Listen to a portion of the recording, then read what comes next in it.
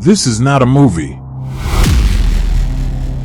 but it is a real-life adventure of the captains.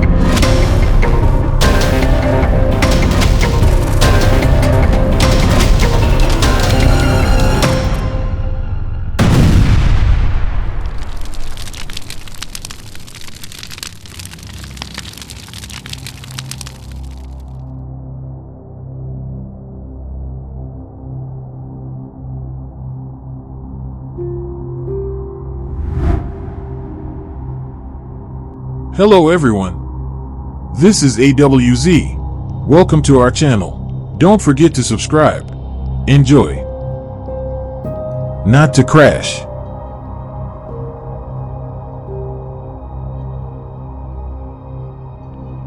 When the pilots of the aircraft heard strange noises and felt strange sensations, the aircraft had only been in the air for a total of 25 seconds.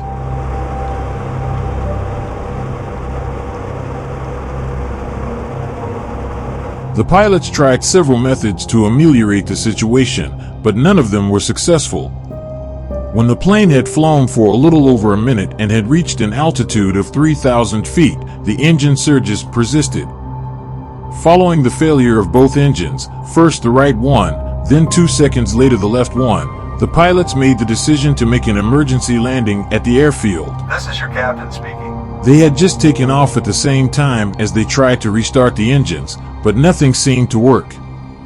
The flight crew made the decision to pitch the plane down and then level it off in the hopes that it would help them gain some speed for the glide, but soon they realized that they wouldn't be able to make it to the airport and were concerned that the plane was going to crash. At that very moment, the miracle of Gotura took place. The morning before to the trip began as regularly scheduled with routine pre-flight procedures, and there was fine weather. All of the members of the flight crew were experienced pilots. What could possibly go wrong with a 44-year-old Danish captain who has logged more than 8,000 hours in the cockpit and a 34-year-old Swedish first officer who has accumulated 3,000 hours of flight time?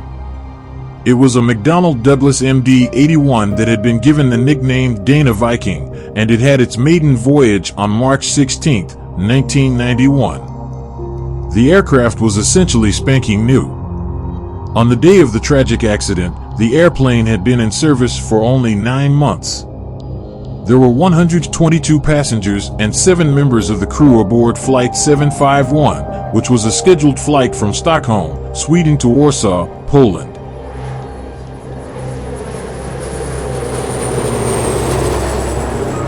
Along the way, the plane was supposed to make a stop in Copenhagen, Denmark. The plane took off from Stockholm at the scheduled time of 8:47 a.m. local time, but by that point, all of the people on board had already met their end.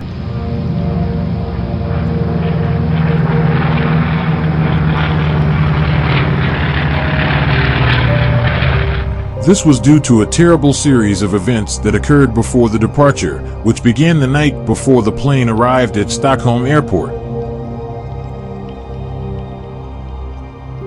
After a flight from Zurich, it was 10:09 p.m. and the aircraft had spent the night at the gate outside. It was cold. The temperatures dropped to 34 degrees Fahrenheit, just above freezing. What made the situation even worse was that almost 6,000 pounds of freezing cold fuel that had been chilled during the night still remained in the tanks located in the wings. The fuel was so cold because the plane had been flying at the cruising altitude, where the air temperature outside the cabin varied from -61 to 34 degrees Celsius. The fuel was so cold because the plane a little over an hour and 40 minutes was spent in the air after taking off from Zurich.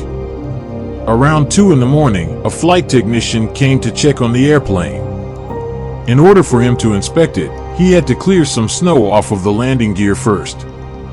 If he hadn't done so, he wouldn't have been able to look at it. When he was leaving, he observed that some eyes were covering the upper portion of the wings. By the next morning, the situation had gotten much more terrible, and a layer of clear eyes that were nearly invisible had developed on the tops of the wings. An hour before the flight was scheduled to depart, the mechanic who was responsible for the plane noticed that some eyes covered the underside of the wings. As a result, he decided to check to see if there was any ice on the tops of the wings. The plane was required to leave the gate at approximately 8:30 a.m. He climbed a ladder and put one knee on the wing before bending forward to touch the front part of the wing. There was no ice there, just some slush. The mechanic decided to make sure everything was fine with the air inlet of one of the engines. He didn't find anything abnormal. Shortly after that, the personnel used more than 220 gallons of de-icing fuel to remove ice from the plane.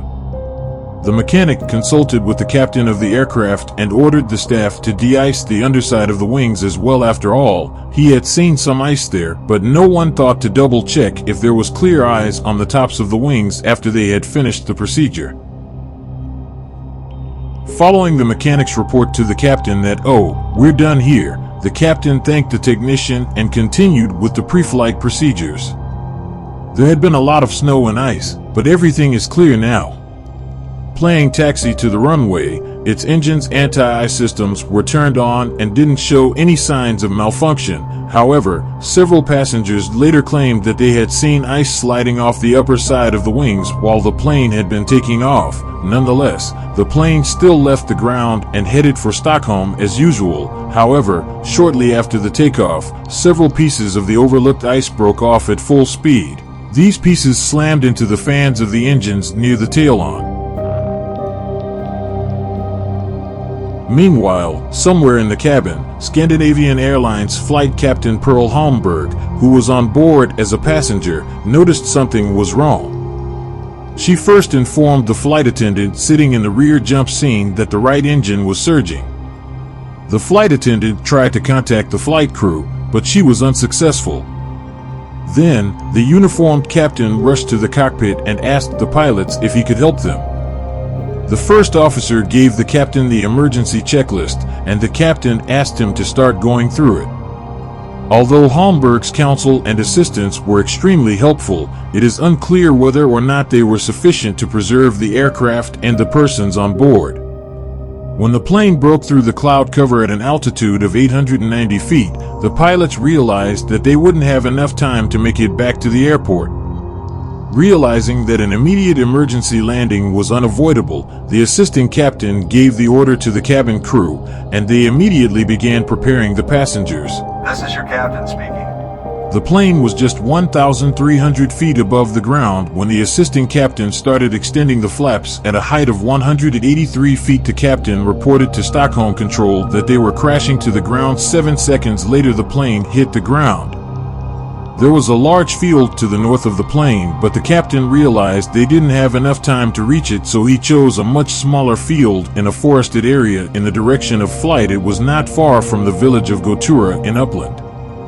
There was no fire. Look at the pictures from the crash site, the plane torn into pieces with its parts scattered across the field. It's hard to believe that all 129 people on board the plane survived. It seems like a miracle, but it was also thanks to the flight attendants' quick reaction and the correct instructions they gave the passengers. There was no fire. Look at the pictures from the crash site. The plane torn into pieces with its parts scattered across the field. It's hard to believe that all 129 people on board the plane survived. It seems even more surprisingly, virtually all of the passengers, with the exception of 4 people, made their way out of the plane on their own. No wonder they didn't panic and urged the people to assume the brace posture at the last possible moment to prevent fatalities.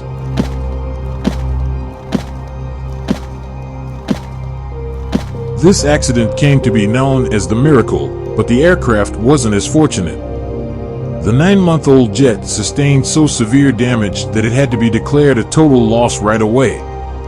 Everyone commended the conduct of the flight crew throughout this incident. He admitted that few pilots were ever forced to put to the test the skills they had acquired during training, at least not to this degree. He said he was proud of his crew and relieved that everyone had survived. and he never returned to piloting commercial planes. The landing was incredibly skilled, especially in such a rapidly developing, very dangerous situation. Isn't it a miracle? Comment your opinion.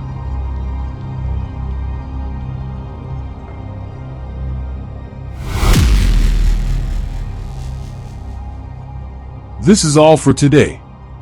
Check out other videos on our channel. Enjoy.